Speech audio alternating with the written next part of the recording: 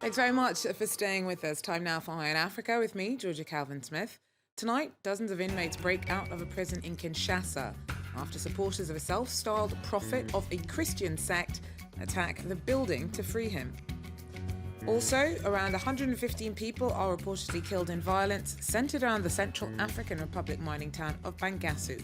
Days of militia attacks mark an escalation in conflict between mainly Muslim Seleka rebels and Christian anti-Balaka vigilante groups. And Sub-Saharan Africa is the region most affected by AIDS in the world. Around a fifth of children in West Africa have lost at least one parent to the disease. We head to Togo to meet some kids who are struggling to move forward without their family.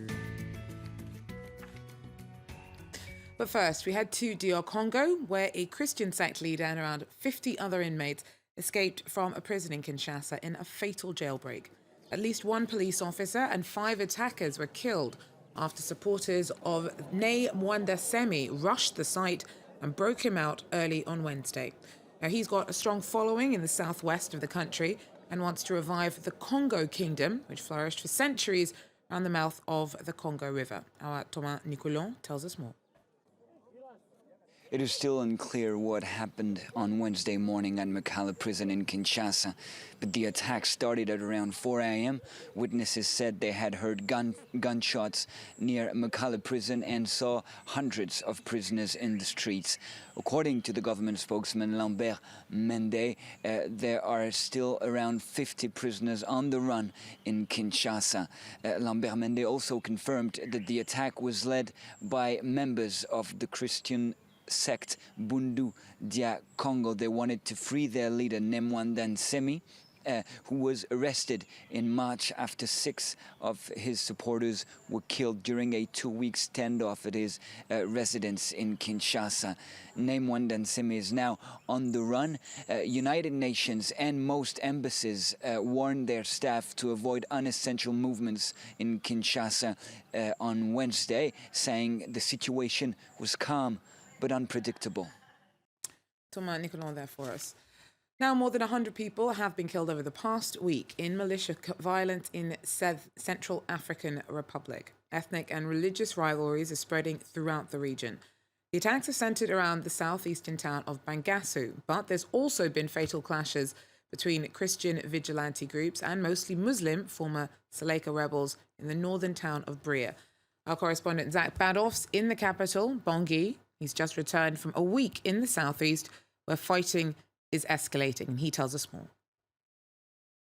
Things are deteriorating fast in the southeast. In Bangassou, the local Red Cross has reported that roughly 115 people were killed and thousands more were displaced. And, the interesting thing about this is some of these groups are difficult to identify. In Bria, another mineral-rich area in the center of the country, there were also some attacks. The Doctors Without Borders group says about 24 people were wounded, and this attack was possibly by a coalition between the predominantly Christian anti-Balaka as well as the predominantly Muslim FPRC, another armed group. So you have these weird combinations of groups that are working together to sort of control these areas that were, until very recently, relatively peaceful. And over the past week as well, there have been about 6 UN peacekeepers, the MINUSCA forces, who were killed. That's the biggest death toll for their forces on record. Now, the UN forces did send in their quick reaction force, that's Portuguese, to clean up the action. They have calmed down things in Bangassou, but there is a fear that the rebel groups will create some sort of partition in the country, basically separating the country of the south from the southeast. And, it's when I was in Zemio, which is just a few days ago, people there were scared. They're afraid of what's coming. That town in particular has not been attacked very seriously, but even NGOs in the capital are scared as well. They don't know exactly what's coming. There's a real sense of fear of what is on the horizon. Zach Banoff there for us in Bangui. Now, 3 members of the Somali security forces were killed as they tried to defuse a bomb in Mogadishu on Wednesday. They'd been working on a car bomb when the device went off. Al-Shabaab extremists claimed responsibility for the attack, but said that foreigners were also killed in the blast, a claim that's been contradicted by Somali police. Al-Shabaab have frequently launched deadly attacks on the capital and regions controlled by the federal government.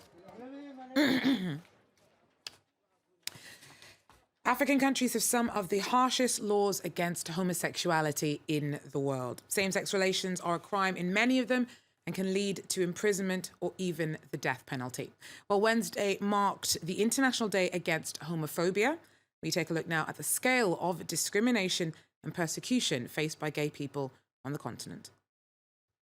Many African countries have some of the most prohibitive laws against homosexuality in the world. Same-sex acts are illegal in 32 of Africa's 54 countries. In Mauritania and Sudan, same-sex relationships can lead to the death penalty. One of the countries with the most stringent laws is Uganda. We asked a prominent Ugandan activist why that was. The most reason I can think of is that the influence of religious groups, especially from America, who have come here and again confuse people by giving this message, being LGBT is not African and saying it's not our African culture. And then people are very Christian and very religious. So they believe most of the things they hear from religious leaders. In Nigeria, just last week, 54 people went on trial accused of having celebrated a gay wedding. But one country is leading the way according to LGBT groups. It's South Africa. It's the only African nation that has legalized gay marriage. And some cities are considered a refuge for the LGBT community, like Abidjan in West Africa, which has gay bars and gay rights groups. Well, Nigeria says that one more schoolgirl from the northeastern town of Chibok has escaped her captors. She was taken by extremist Islamist group Boko Haram as one of the 270 students originally captured from their college in 2014.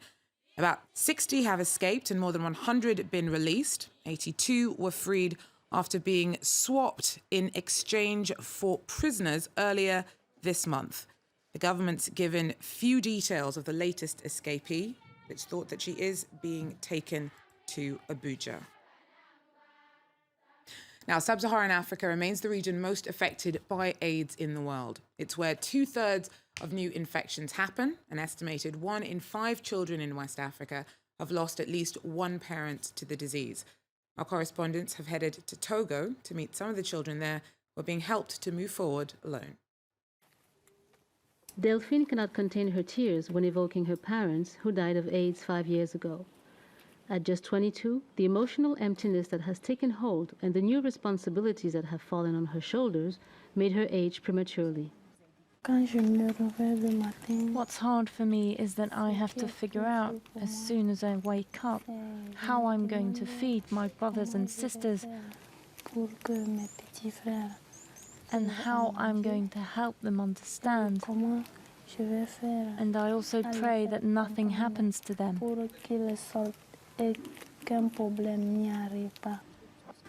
In Dapaon, a region of northern Togo, about 60 children like them live alone in extreme poverty. These humanitarian workers had promised their mother to support her children after her death. When you look at these children, what can their future be? You cannot tell them that it will get better, because there is a difference between their lives and the lives of others. Rejected by their family and their neighborhood, school is the children's last social bond, where they are still enrolled, thanks to the support of the organization.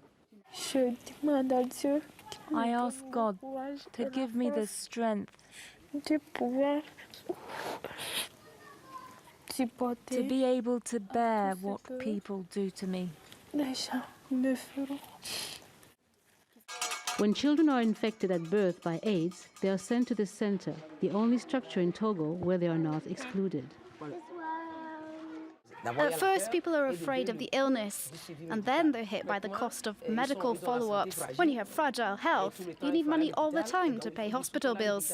The one that the children call Mama Rita knows they're suffering well. She has lost 5 members of her family because of AIDS. They're my strength and joy, and I know what it's like. It's very hard because I was a victim too. A third of the 100 children living in this center has AIDS. The others have seen their parents die. Together, they help each other break free from their suffering. Well, that's it for Eye on Africa for now. Thanks very much for joining us. Do so again. Take care.